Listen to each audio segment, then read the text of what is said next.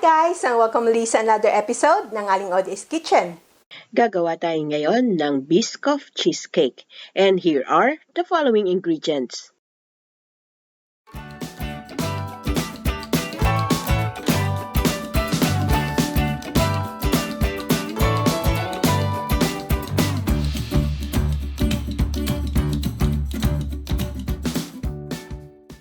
Gagamit tayo ng hand mixer, sifter, cling wrap, spatula, 9-inch spring form fan lined with parchment paper.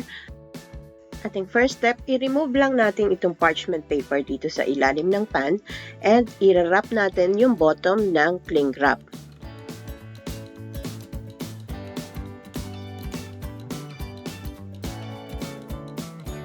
Gagawin natin to ng 2 beses para matibay.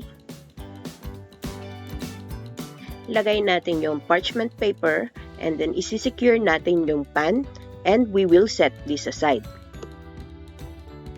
Dito sa ating mini chopper, ita-transfer natin yung 200 grams ng Digestive Biscuits or graham crackers at ika-crush natin ito. After natin ma-crush, we will set this aside. Next naman yung ating 200 grams ng Biscoff Biscuits, ilalagay din natin sa ating mini chopper.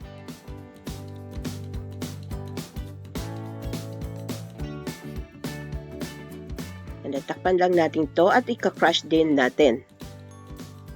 After nating madurog, we will set this aside. Ito na yung nadurog nating digestive. Add lang natin itong 70 grams ng melted butter. And we will mix it well.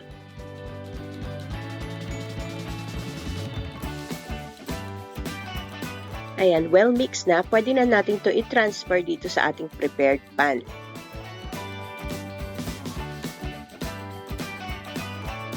And we will spread it out. Press it down using yung back ng spoon para mag-pack yung ating digestives. Ayan, smooth na natin yung ating digestives. Ilagay muna natin to sa fridge habang mag-proceed tayo sa next step.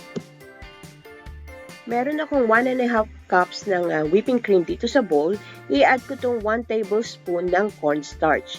Then, isi-sift lang natin ito. After ng cornstarch, isi-sift natin itong 3 to 4 tablespoon ng icing sugar. Then after nating ma-sift, imi-mix natin to using a hand mixer on a medium speed. Ibibit natin to hanggang maging soft peak. Pag itong soft peak na, pwede na natin i-add itong 500 grams ng cream cheese.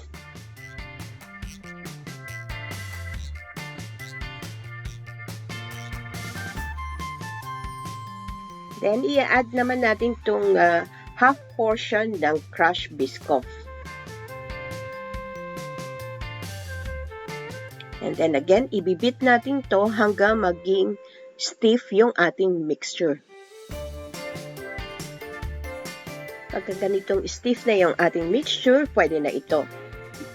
Then, ita-transfer natin doon sa prepared nating pan.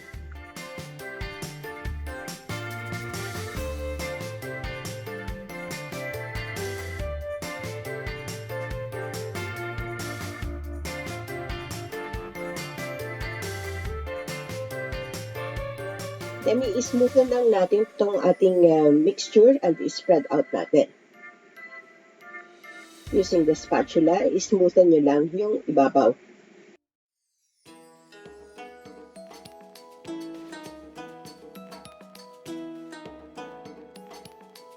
Then, using a tissue, linisin lang natin yung ibabaw ng ating pan. And lastly, i-sprinkle natin yung remaining Biscoff biscuit on top.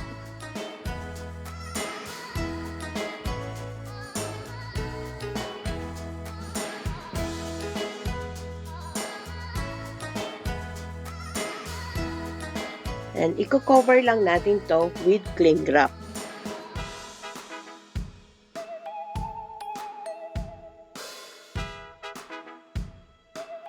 And i-leave natin to sa fridge for a minimum of 4 hours, but best to leave it overnight.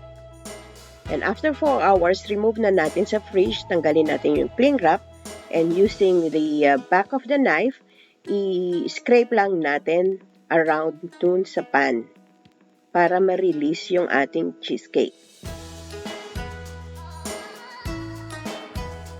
Then we can release the pan. Then, using the cling wrap sa ilalim, ibuhatin natin o i-transfer natin yung ating cheesecake dito sa ating plate.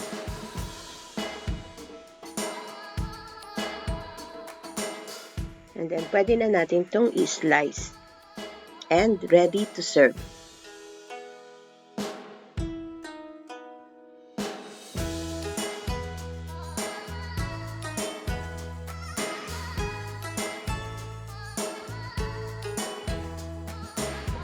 And there you have it, our Biscoff Cheesecake, best served for snack.